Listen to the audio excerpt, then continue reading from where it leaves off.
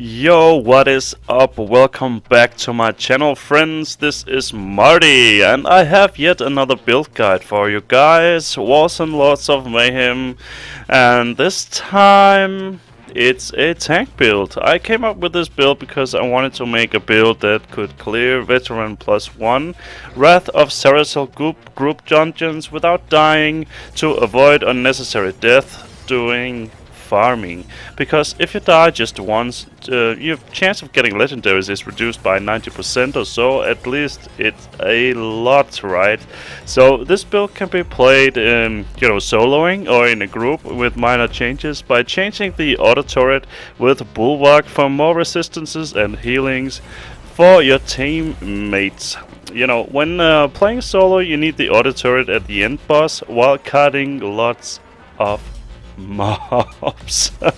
I did tank solo champion +1 with the same build, and here it definitely starts to become a group issue to take down the enemies because they have so huge health pools.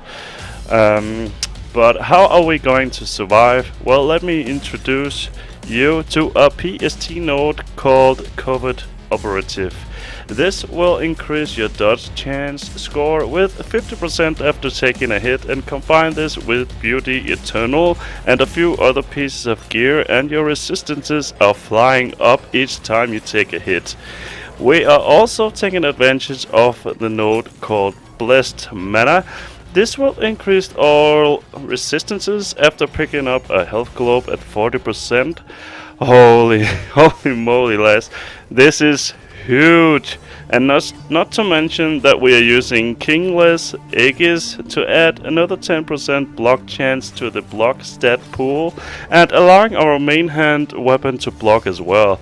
Remember, block chance gets converted into resistances with Beauty Eternal, and this allows me to talk about Selfless Courage, because each time we block, we gain increased defenses, adding 20% increased resistances to ourselves and our allies. Holy bollocks, sweet stuff, right? Now, on top of everything, we will give the enemies a debuff called Weakness around us. And we got the Retaliated node too, to buff up our damage a bit, just because we got so much resistance, right? So let's talk about the equipment you will need. Mainly you want to have heavy gear for max resistances. So let's start here with the helmet. You want a helmet with the affix Kingless Aegis. That gives you a percentage to block with any weapon, just like this one, and get as much resistances to any category as you like on this item. Now for the shoulders, this is where you add a lot of percentage to resistances, so make sure that you get resistances for material, elemental and occult damage, and aim to get an even percentage in those three categories to be able to evenly resist damage from these categories. Try to get toughness, ferocity or agility as well, plus to health or regen is also very nice, like these ones. Now for the chest, we are using Beauty Eternal as mentioned earlier, because we are taking advantage of the dodge chance score that are being converted into resistances in this build. To boost up the dodge chance score, we are using O'Malley's belt and the 3 crown brooch necklace as well, so this will give us a movement speed and agility also, and grant us converted dodge into resistances. For our 2 rings, I have chosen to use 2 pieces of Sanish Stash to buff all our attributes by 50 and get movement speed and some extra damage. With the gloves, try to get resistances along with toughness, health regen and plus 2 health points. These are the 2 I am using, and these really need to be upgraded, to be honest, but these are the best I have for now. For legs, get a pair of Wrath of Cerasil legs with the same affix as the helmet Kingless Aegis that adds extra block chance with any weapon, and get all resistances plus to toughness and possibly cooldown reduction. Get as many gem slots as possible also. For the boots, heavy boots, get some with all resistances, toughness or agility and movement speed. The shield you want to use here is the unique Quintet of Sundowns. This grants plus 25 to max health, plus 25% to all your resistances that are really insane in this build, and plus 15% to all attributes as well. So this will buff up your extra attributes from Zenith's Stash Rings also, and it lets you cast sacred spells like Bulwark of Dawn, and this is the spell you will use when playing in groups instead of the auto turret. And finally, the weapon you are using in solo mode is a dagger, a legendary one with 3 gem slots, one with toxic or rend on it, grants the most damage. Also get 5% or less to life leech on this weapon, and get 3 gems inside it with 8 to 12 damage, which is the highest, and a high rolled critical hit damage, plus to 25% or more. For playing in groups content, you can use a sword or mace, one-handed, whatever is better, since you don't need the auto turret, because you will be using Bulwark of Dawn instead, and this will grant you a little more damage. For the gems, I am using the green gems called Flawed Emeralds to get even higher dodge chance percentage that will then convert into all resistances.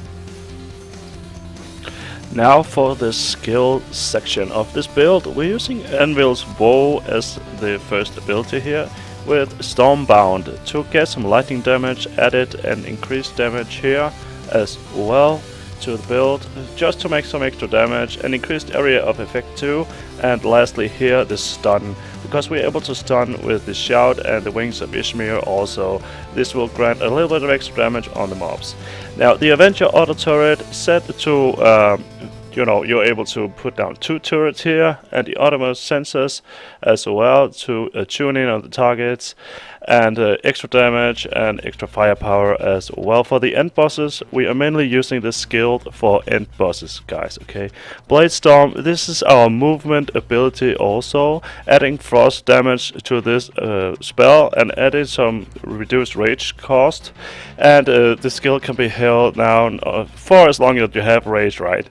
And this is awesome to be able to move through enemies. Now for the Shout, Rallying Cry, hold the line for more resistances, increase the effective of all buffs granted as well here with the Shout, and stun foes in a small radius. This is the stun I was talking about that will buff up our Anvil Bow as well here. So yeah, quite a good setup here for this. Now increased damage on the Wings of Ishmir, and we are also using the stamina points here, and that we are creating a shockwave also when we are landing as well on the targets. I will talk more about this during some gameplay.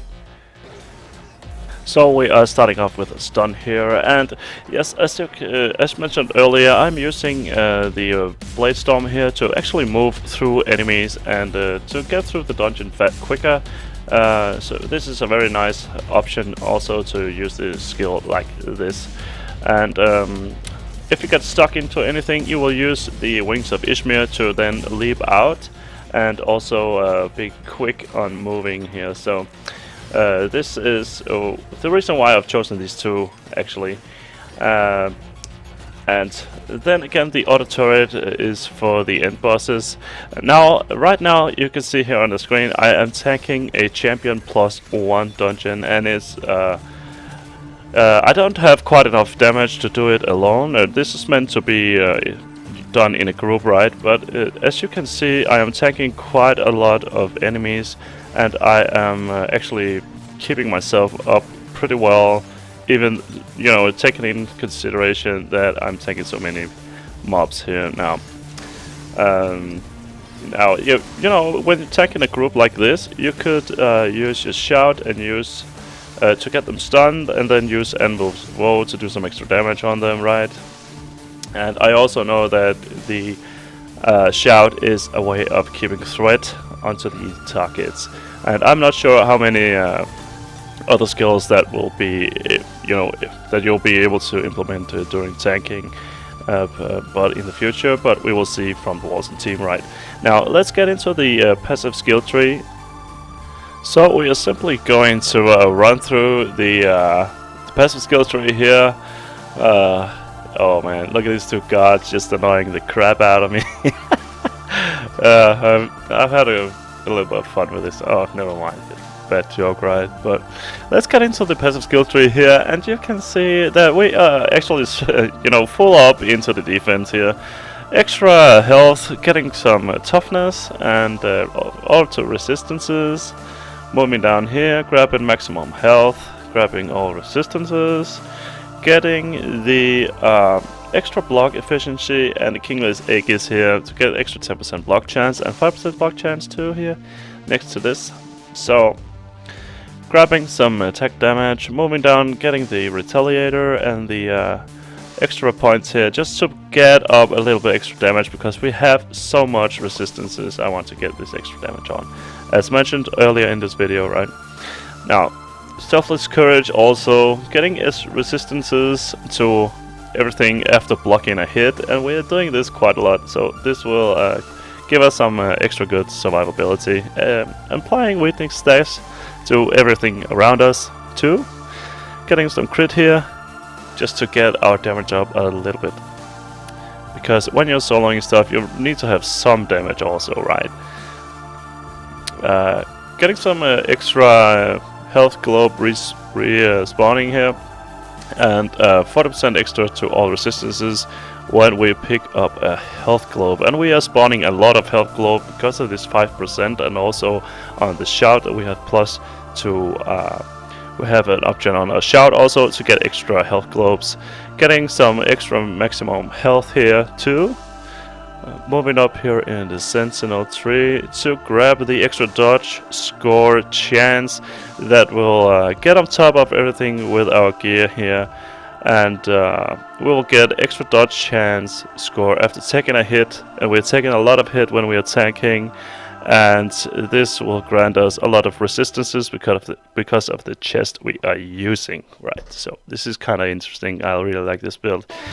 So I will just let you guys watch me fail miserably here in the Champion +1 mode, and this video have come to an end. If you like this build, if you like what I've done with it, I've tried to go really into detail on everything here in this video, really showing off what you guys need to get, what you need to do and everything. But if you like it, please drop me a like and subscribe to my channel for even more great build guys in the future. And I'll see you later guys. Okay, bye bye.